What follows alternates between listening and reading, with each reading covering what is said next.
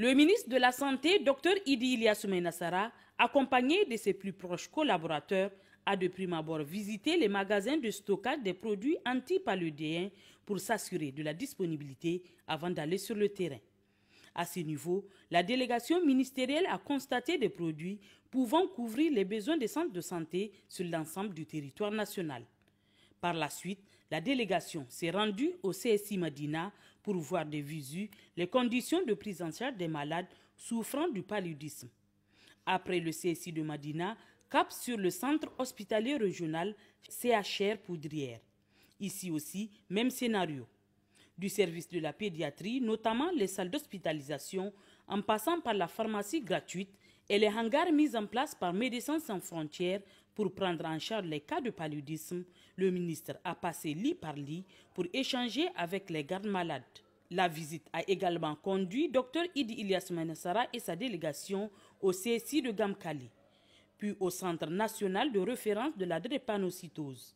Ici aussi, il a visité les salles de prise en charge des enfants drépanocytaires souffrant du paludisme aménagées pour la circonstance.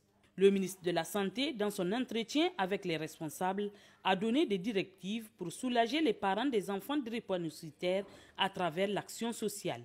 Peu après, la délégation a pris la direction du 5e arrondissement pour l'hôpital Amirou Boubacar Diallo, où elle a visité la salle de soins intensifs de la pédiatrie. Dr Idi Ilyas Soumeïna Sarr a fait le tour des malades pour s'inquiéter de la disponibilité et de la gratuité des produits pour le traitement du paludisme. La délégation ministérielle a fini son périple par l'hôpital national de Niamey. Au niveau du service pédiatrie, le ministre a visité les malades et échangé avec les parents pour s'assurer de la gratuité. À l'issue de ces différentes visites, le ministre tire un bilan satisfaisant. Doc. L'objectif de cette visite, c'est de superviser la prise en charge du paludisme de façon particulière, mais je dirais pratiquement toutes les maladies qui sévissent surtout durant cette période de grande pluie. Et c'est ça qui nous a conduit à visiter d'abord tous les magasins de stockage des médicaments, surtout les médicaments antipaludiens. Vous avez vu l'important stock des médicaments que nous avons trouvés et mieux les différents conteneurs qui sont en train d'arriver pour renforcer la prise en charge.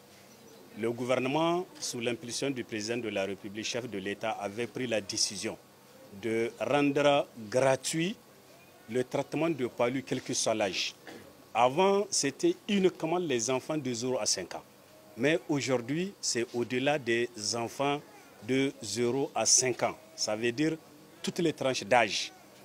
Et c'est ce qui nous a permis, avec l'appui de nos partenaires, les partenaires qui accompagnent le gouvernement, c'est ça qui nous a permis de positionner ces importants stocks de médicaments dont vous avez vu pour couvrir l'ensemble du pays.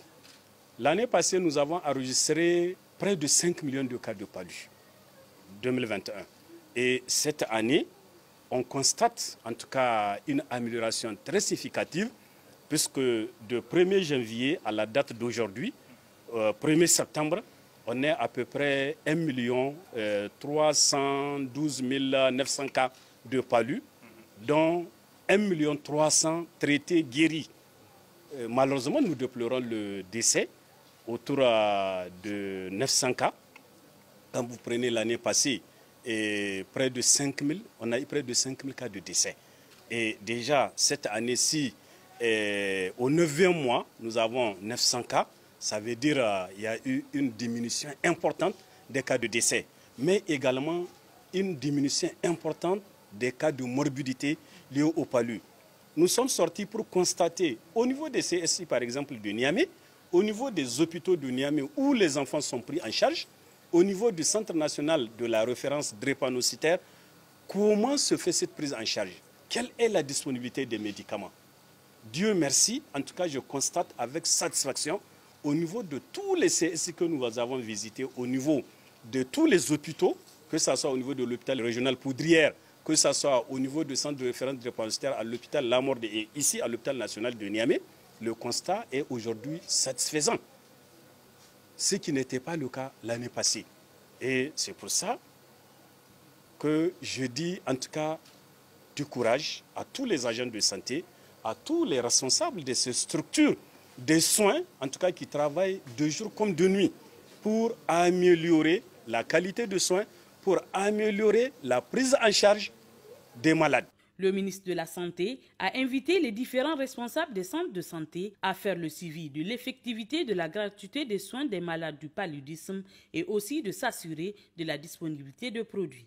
Il a par ailleurs invité les populations à suivre scrupuleusement le traitement de la chimioprévention du paludisme saisonnier aux enfants, car cette stratégie mise en place par l'État est sans nul doute le facteur de la baisse du taux de prévalence du paludisme cette année.